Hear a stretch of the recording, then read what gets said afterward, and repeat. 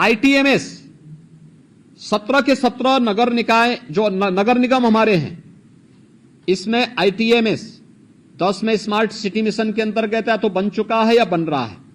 से 7 में राज्य शासन की ओर से, नगर विकास की ओर से आईटीएमएस बनना है। आईटीएमएस को सेफ सिटी के साथ जोड़ना, गृह विभाग के साथ जोड़ना और सभी नगर 17 के 17 नगर निगमों के साथ साथ नोएडा, ग्रेटर नोएडा में भी हम इसको सुनिश्चित करवा लें कि इसको हम सेफ सिटी के साथ जोड़ेंगे और सेफ सिटी मिशन के अंतर्गत हम इस कार्यक्रम को आगे बढ़ाएंगे।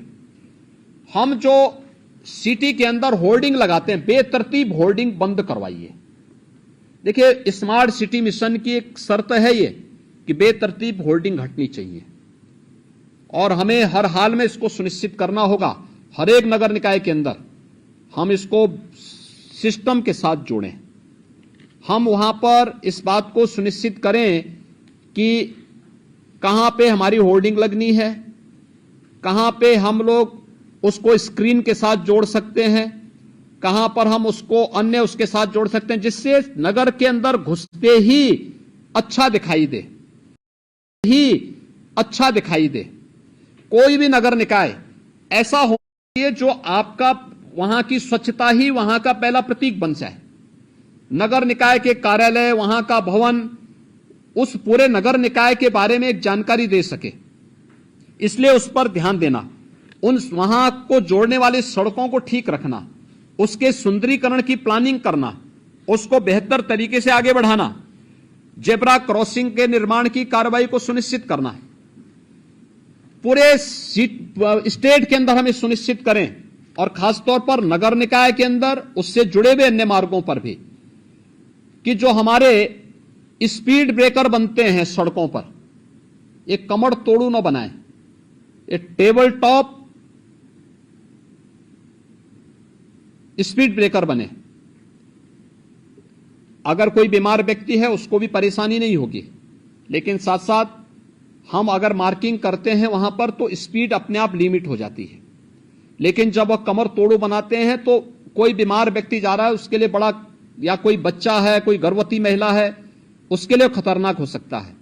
इसलिए हमें पीडब्ल्यूडी को भी, नगर विकास को भी और अन्य सभी संबंधित विभागों को यह सुनिश्चित करना होगा कि कहीं भी हमें ये कमर तोड़ू स्पीड ब्रेकर नहीं दिखने चाहिए। इनको हटा दीजिए, जितनी जल्दी हटाइए उसको, हटा करके वहां पर हम, क्योंकि जब आप इस प्रकार की स्पीड ब्रेकर देते हैं तो उस स्पीड ब्रेकर से बचने के लिए लोग साइड से जाते हैं और फिर वहीं एक्सीडेंट का कारण भी बनता है। यह भी एक ब्लैक स्पॉट है आपका, ये जो आपके द्वारा दिया गया है।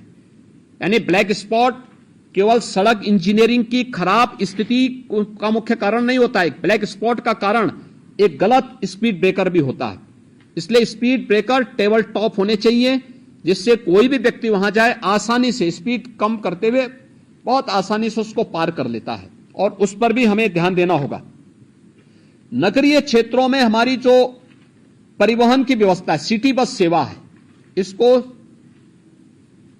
लोगों के लिए सरल बनाना, सुलभ बनाना और सुरक्षित भी बनाना। इलेक्शन के दौरान मैं कानपुर के अंदर देख रहा था, 2 बार वहां पर एक्सीडेंट हुआ, और एक बार तो जो सिटी बस सेवा, वहां पे इलेक्ट्रिक बस सेवा है, उससे जुड़ा हुआ व्यक्ति ने जबरदस्ती 6 लोगों को कुचला था वहां पे। और उस दौरान कानपुर के अंदर प्रशासन की संवेदनशीलता देखने को मिल रही थी कि कितनी तेजी के साथ वे लोग वहां जा रहे थे। यानी मुझे यहां से इलेक्शन के बावजूद मुझे बोलना पड़ा कि आप लोग वहां क्यों नहीं पहुंचे। 11-12 घंटे के बाद फिर उनकी उपस्थिति वहां हो रही। ये दिखती है कि हम कितने संवेदनशील हैं। नगर निकाय इस बात को सुनिश्चित करें कि सिटी बस सेवा को संचालित करने वाला जो ऑपरेटर है, उससे जुड़े हुए जो भी लोग हैं, हमें उनकी पुलिस वेरिफिकेशन जरूर करानी चाहिए। किस पृष्ठभूमि के हैं, आपराधिक मानसिकता के तो नहीं है, क्योंकि कानपुर में जो भी घटना घटित हुई ये आपराधिक मानसिकता की दृष्टि से हुआ था, और इस प्रकार की आपराधिक गतिविधियों को रोका जाना चाहिए। 6-6 लोग कुचले जा रहे हैं सिटी बस सेवा से, ये बहुत दुर्भाग्यपूर्ण स्थिति है और ये चीजें नहीं स्वीकार की जानी चाहिए। इसलिए इन बातों को सुनिश्चित तो हमें करना होगा ये परिवहन की दृष्टि से हम लोग सिटी के अंदर करें। अब जो हम लोगों को नगर के अंदर करना है, बहुत महत्वपूर्ण कार्य है ये। 2 कार्यों के लिए हर एक नगर निकाय के अंदर, बड़े नगर निगम है, जिलाधिकारी, पुलिस अधीक्षक, व्यापार मंडल के साथ अलग अलग बैठक करें, स्ट्रीट वेंडर के साथ बैठें, नगर आयुक्त को भी अपने साथ ले लेंगे, एडीएम सिटी होंगे, सिटी मजिस्ट्रेट होंगे, एसपी सिटी होंगे, इनको भी अपने साथ ले लेंगे और इनके साथ बैठक करके, अलग अलग क्रम में बैठक करके हम ये सुनिश्चित करें कि कोई भी व्यापारिक प्रतिष्ठान सिटी के अंदर अपनी परमिसेस के अंदर ही रहेगा, उससे बाहर न हो। सड़कें खाली दिखनी चाहिए। सड़क में लोग अपना अंदर का सामान सड़क पे रख करके नहीं बेचेंगे, किसी को भी हम सुनिश्चित करवाएंगे। और अपनी परमिसेस में रह करके हम पहले बातचीत करें, संवाद बनाएंगे। इस संवाद के दौरान हमें इस बात के लिए भी उनको तैयार करना होगा। 2 चीजें हो सकती हैं। हर एक क्षेत्र में अलग अलग व्यापार मंडल होते हैं, उनको भी विश्वास में लीजिए, उनके साथ बैठना, संवाद बनाना और उनसे 2 अनुरोध करना। एक, सुरक्षा के बारे में, रात्रि के लिए अगर गार्ड वे लोग भी रख सकें, वे 500-600 दुकानें हैं, अगर वे लोग महीने में 100-100 रुपया भी जमा करेंगे तो 500 रुपए में एक बड़ी राशि खड़ी हो सकती है। 2 गार्ड वे लोग रात्रि के लिए खड़ी कर सकते हैं और उनको पुलिस से वेरिफिकेशन अगर आप करा देंगे, पुलिस के साथ उनकी तालमेल होगी तो रात्रि के लिए। दूसरा, सीसीटीवी कैमरा, बड़े प्रतिष्ठान में सीसीटीवी कैमरा लगाना, हर बैंक में, हर वित्तीय संस्थान में, हर बड़े व्यावसायिक प्रतिष्ठान में सीसीटीवी कैमरे की आवश्यकता और इसको उनके साथ लगवाना।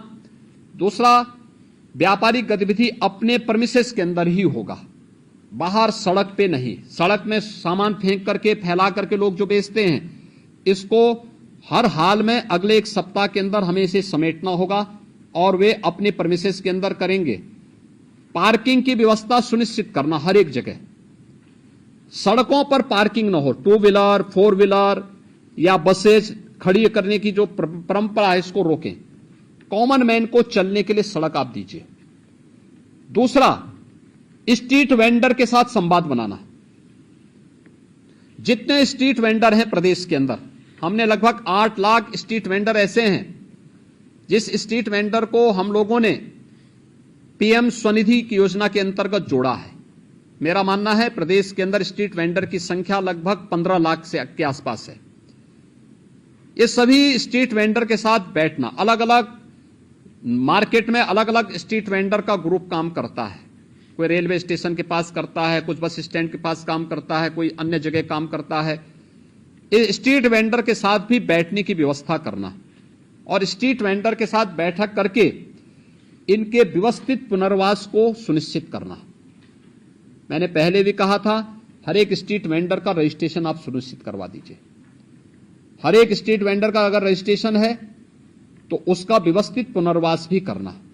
व्यवस्थित पुनर्वास, नगर निकाय की तमाम लैंड खाली पड़ी होंगी, वहां पर आप ले जाइए और वहां पर उन लोगों को सुनिश्चित करिए। सड़क के किनारे न हो, पटरी के किनारे न हो, नाली के किनारे कुछ भी नहीं होना चाहिए। मैं देख रहा हूं बहुत सारे नगर निकायों में बाहर से आने वाले तमाम लोगों ने डेरा जमा लिया है, उन्होंने झोपड़ी बना ली है नालियों के ऊपर और वहां पर अवैध रूप से वे लोग रह रहे हैं और उसमें से बहुत सारे लोग तो अवैध गतिविधियों में भी लिप्त हैं। खासतौर पर जो डकैती की घटनाएं होती हैं, याद करिए अभी हम लोगों ने लखनऊ में 2 वर्ष पहले जो रैकेट पकड़ा था वो रैकेट था बांग्लादेश का और वही लखनऊ में डकैती डाला था। लखनऊ के बाद फिर अलीगढ़ में डाला था, अलीगढ़ के बाद फिर उसका हाथरस में, फोन उसका हमारे सर्विलांस में आ गया था और फिर उसका एक व्यक्ति, उसके साथ का एक व्यक्ति बांग्लादेश वापस भी पहुंच गया था। यानी 3 जगह हत्या करके डकैती डालने के बाद उनमें से एक व्यक्ति बांग्लादेश पहुंच गया, एक व्यक्ति बाद में हमारे हत्थे भी चढ़ा था। यानी ये चीजें दिखती हैं कि हम लोग कैसे आंखें बंद करके चलते हैं। सड़क के किनारे कौन डाल रहा है झोपड़ी, कोई पता नहीं होता हम लोगों को। लोकल स्तर पर जवाबदेही सुनिश्चित करें। नगर निकाय अपना एक अधिकारी तैनात करें और पुलिस की जो लोकल पुलिस है, लोकल थाना, उसकी जवाबदेही सुनिश्चित करें। एक बार अतिक्रमण हट गया है, व्यवस्थित पुनर्वास हो गया, दोबारा अगर कोई झोपड़ी डाल रहा है, दोबारा कोई वहां पे अतिक्रमण कर रहा है, उसी समय उसके खिलाफ कार्रवाई सुनिश्चित करिए। जो व्यक्ति पुलिस का हो, नगर निकाय का हो, उस क्षेत्र में स्वच्छता के साथ जुड़ा होगा या उस क्षेत्र का इंस्पेक्टर होगा, कोई तो सुपरवाइजर होगा, कोई तो होगा। ऐसा तो है नहीं कि नगर निकाय इतना बड़ा उसके पास मैन पावर है और उसका कोई व्यक्ति सुपरविजन करने वाला नहीं है। यह हम सुनिश्चित करें कि कोई भी व्यक्ति फिर से वहां पर वो न करने पाए। ये अवैध गतिविधियों का केंद्र बिंदु नगर निकाय के किनारे, सड़क के किनारे झोपड़ी डाल करके दिन भर वहां पर लोग अपनी तमाम गतिविधियों को संचालित कर रहे हैं, ये कतई नहीं हो सकता। और संवाद बना करके, जो पहले से चले आ रहे स्ट्रीट वेंडर हैं, संवाद बनाइए और फिर उनको 2, 3, 4 स्थान दिखाइए। तमाम स्पेस हैं आपके पास, उन स्पेस में से किसी एक जगह व्यवस्थित पुनर्वास करिए। उनके लिए छोटे छोटे अगर आप लोग वहां पे दुकानें बना सकते हैं, कुछ अच्छे मॉडल खड़ा कर सकते हैं, उनको एक निश्चित किराए के साथ महीने में आप 50 रुपए, 100 रुपए, नगर निकाय की इनकम भी बढ़ेगी, सफाई कर्मी दे दीजिए और वे व्यवस्थित रूप से वहां बसेंगे। सब्जी मंडी है या कोई भी इस प्रकार की मंडी है, उसको भी व्यवस्थित रूप से करना, सफाई के साथ जोड़ना, एक सिस्टम के साथ जोड़ना, अपनी परमिसेस में ही उसकी अनुमति देना। कहीं ट्रांसपोर्ट नगर है, ट्रांसपोर्ट नगर जहां है वहीं से ट्रांसपोर्ट की गतिविधि हो। सिटी के अंदर कब आना है, कब उन्हें अपलोड करना है, कब डाउनलोड करना है, इन सभी चीजों को एक निश्चय उसके साथ आप बना करके तय करें और संवाद बना करके तय करें। व्यापार मंडल को विश्वास में लीजिए, चैंबर ऑफ इंडस्ट्रीज को लीजिए, चैंबर ऑफ ट्रेडर्स को विश्वास में लीजिए, स्ट्रीट वेंडर को व्यवस्थित पुनर्वास के लिए उनको विश्वास में लीजिए। और देखना चाहिए कि अगले 15 दिन के अंदर प्रदेश के अंदर कोई भी नगर निकाय के अंदर हम जाएं, कोई माननीय मंत्री जाएं, तो साफ सुथरा दिखना चाहिए, एक सिस्टम दिखना चाहिए, स्वतःस्फूर्त भाव के साथ गतिविधियां चलती हुई दिखाई देनी चाहिए। स्मार्ट सिटी के पीछे प्रधानमंत्री जी की जो मंशा है कि हमारी सिटी कैसे दिखनी चाहिए, उस प्रकार की मंशा को आप वहां पे पूरा कर सकते हैं। और इसको लागू करने के लिए आज मैंने ये वीडियो कॉन्फ्रेंसिंग में आप सबको बुलाया है और इसमें हर एक स्तर के अधिकारी की जवाबदेही सुनिश्चित होगी, इस बात को सुनिश्चित करेंगे।